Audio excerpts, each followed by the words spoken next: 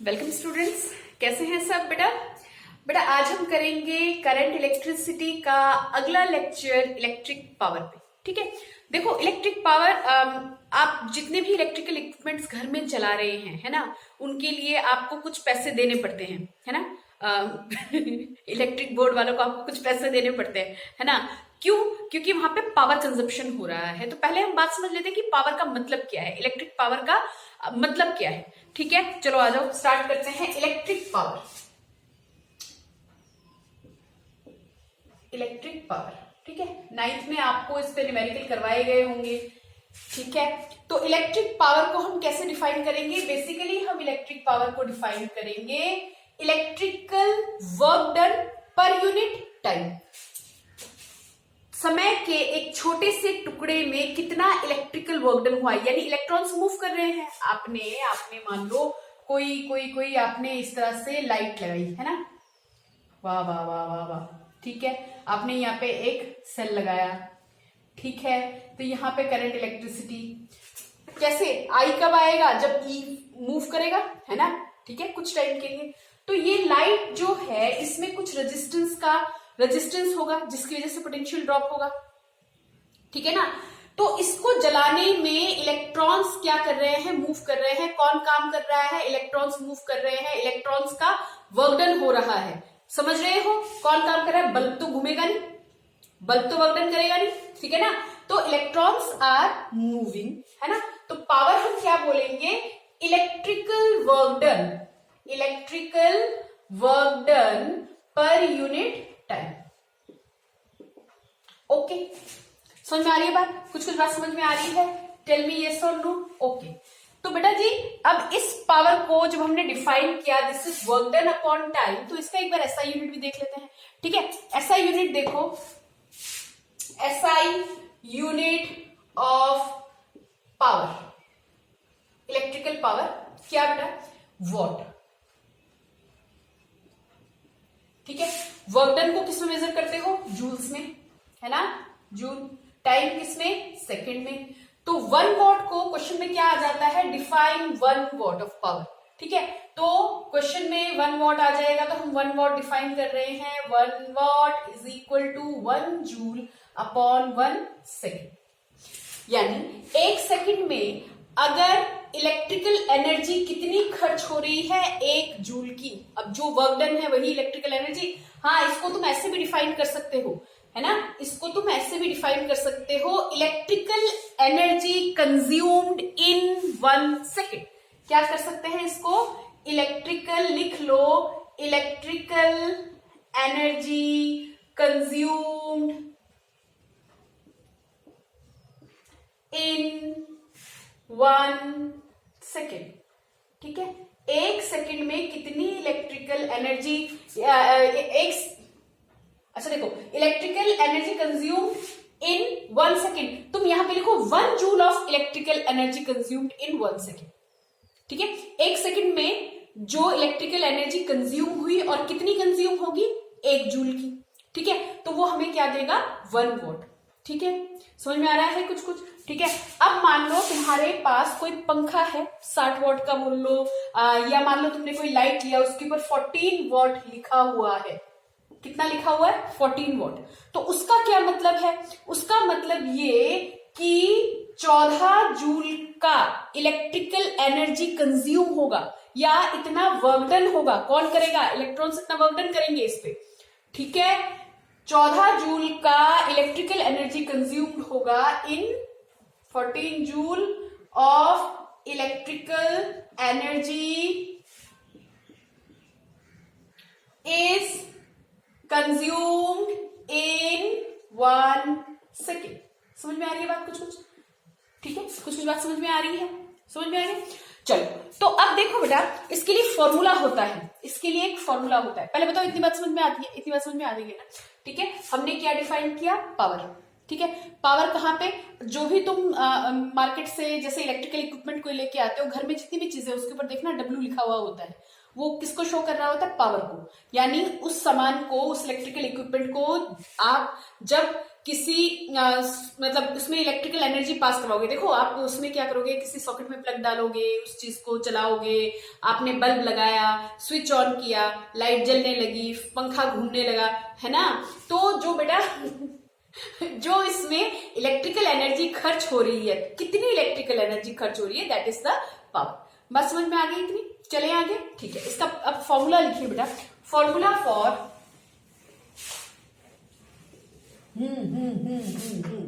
Formula लिखो,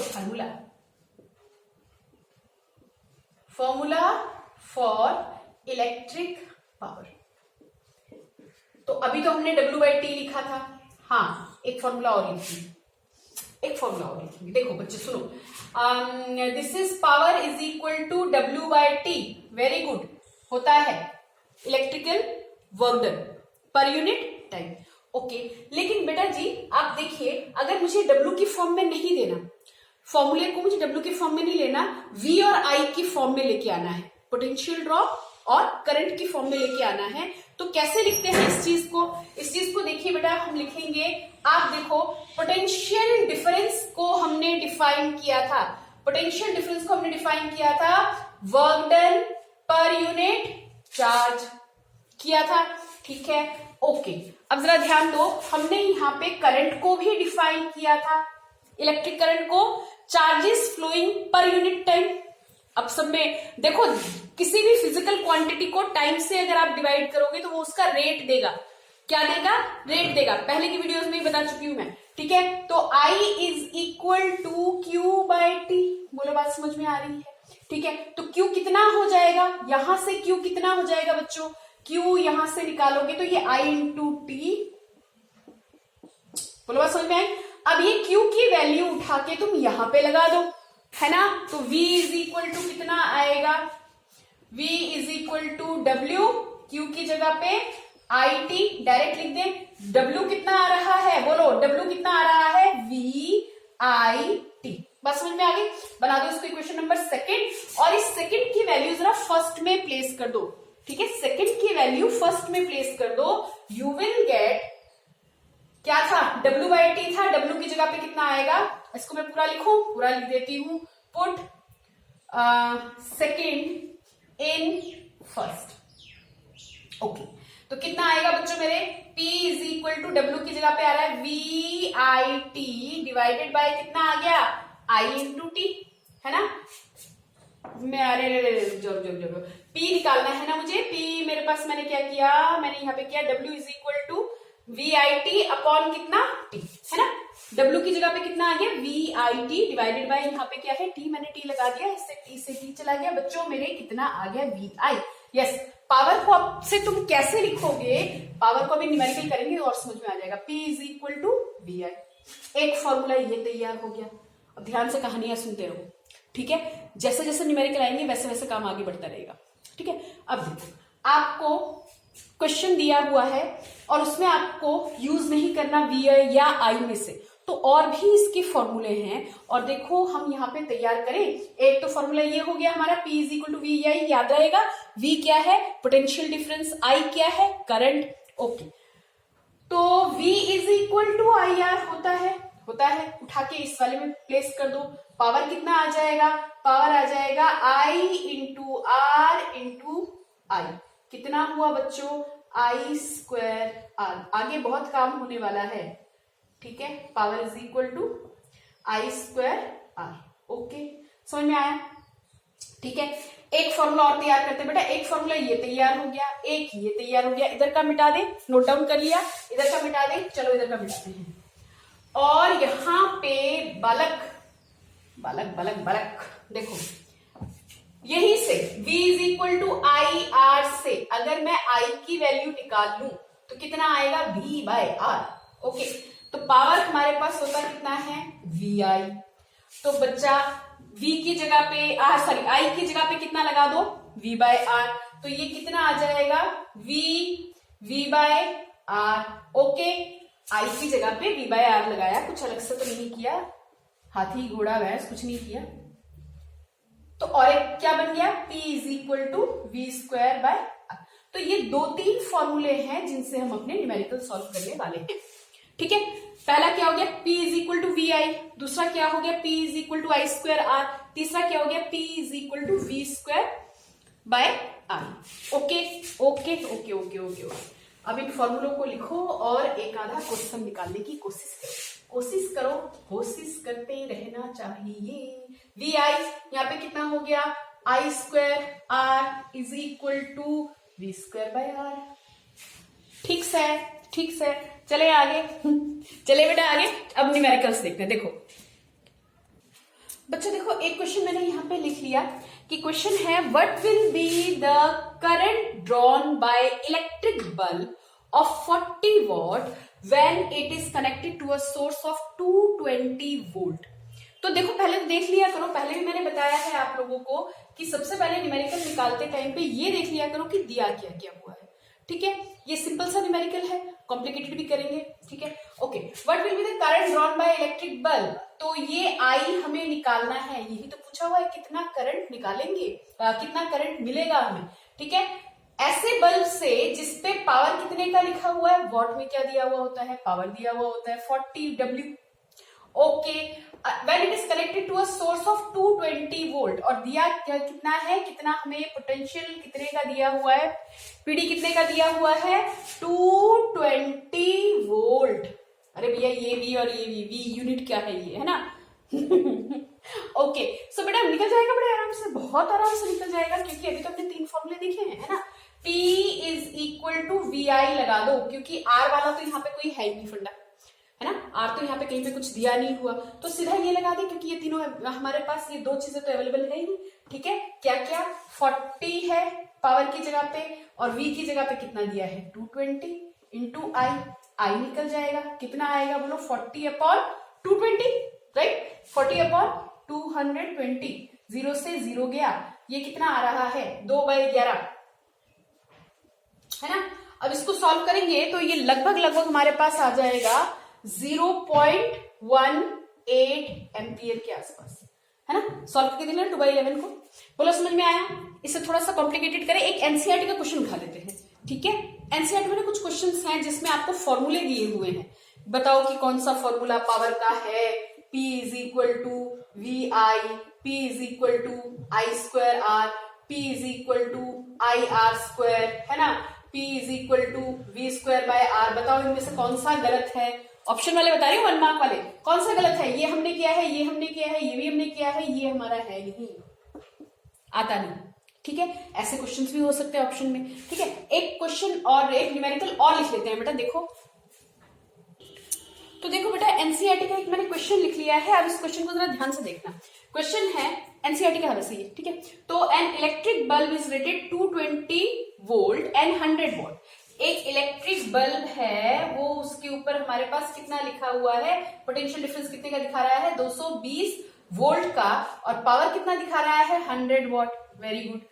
when it is operated on 120 volt, power कितना हो जाएगा। अच्छा, तो पहले V1 हमें इतना दिया हुआ था और ये पावर आ रहा था।